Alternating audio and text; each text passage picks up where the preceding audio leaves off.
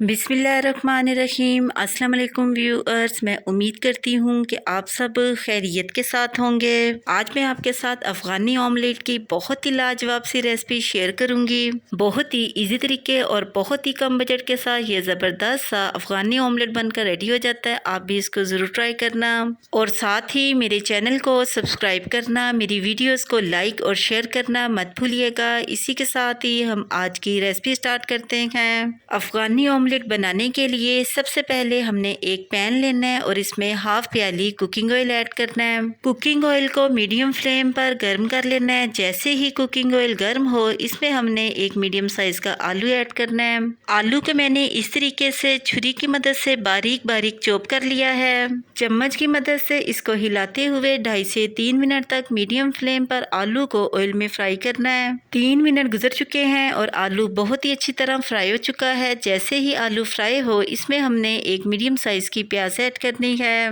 प्याज को भी मैंने छुरी की मदद से इस तरीके के साथ बारीक बारीक चॉप कर लिया है। चम्मच की मदद से इसको हिलाते हुए इसको भी 2 मिनट तक आलू के साथ फ्राई कर लेना है। अब इसमें हमने एक बड़े साइज का टमाटर ऐड करना है। टमाटर को भी मैंने छुरी की मदद से इस तरीके के साथ चॉप कर लिया है। चम्मच की मदद से इसको मिक्स कर लेना है और ढक्कन की मदद से इसको कवर करके बहुत ही स्लो फ्लेम पर 6 से 7 मिनट तक इसको पकाना है। 7 मिनट गुजर चुके हैं और टमाटर बहुत ही अच्छी तरह से गल चुके हैं और आलू भी पूरी तरह से कुक हो चुके हैं। अब इसमें हमने 1/4 टेबल स्पून नमक ऐड करना है। नमक की मिकदार आप अपने टेस्ट के मुताबिक कम या ज़्यादा भी शामिल कर सकते हैं और साथ ही इसमें 1/4 टेबल स्पून पिसी हुई काली मिर्च ऐड करनी है। काली मिर्च और नमक के अलावा अफगानी ऑमलेट में कोई भी मसाला नहीं होता। आप अगर चाहें तो आप कुटी हुई रेड मिर्च या पिसा हुआ धनिया शामिल कर सकते हैं। चम्मच की मदद से इनको अच्छी तरह से मिक्स कर लेना है। टमाटर, प्याज और आलू पूरी तरह से कुक हो चुके हैं। अब एक एक करके अंडों को इस तरीके के साथ हमने इसके ऊपर डालते जाना है।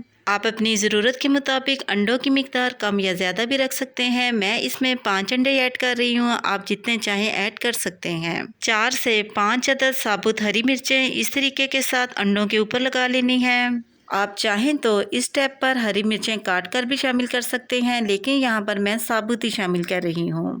और सबसे लास्ट पर इसके ऊपर थोड़ा सा नमक स्प्रिंकल करना है ताकि अंडे फीके ना रहें। पिसी हुई काली मिर्च स्प्रिंकल करनी है।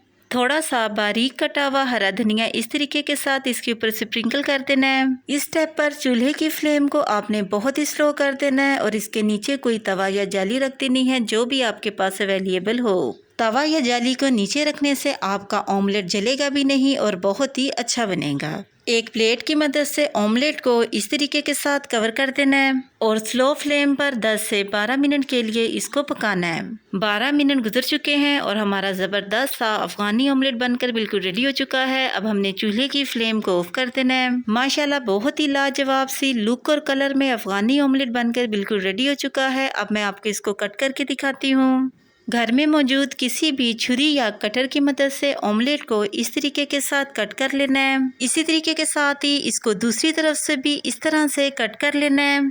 आप देख सकते हैं कि माशाल्लाह से कितना ज़बरदस्त सा और यूनिक सा अफ़गानी ऑमलेट बनकर बिल्कुल रेडी हो चुका है। आप भी इसको ज़रूर ट्राई करना और कमेंट सेक्शन में अपनी राय के बारे में मुझे ज़रूर बताना कि आपको मेरी आज की अफ़गानी ऑमलेट की ये रेसिपी कैसी लगी। इसी के साथ ही मैं आपसे दोबारा मिलूंगी नेक्स्ट प्रोग्राम में एक नई रेसिपी के साथ। तब तक के लिए अपना बहुत ही ख्याल रखिएगा और मुझे अपनी दुआओं में ज़रूर याद रखिएगा।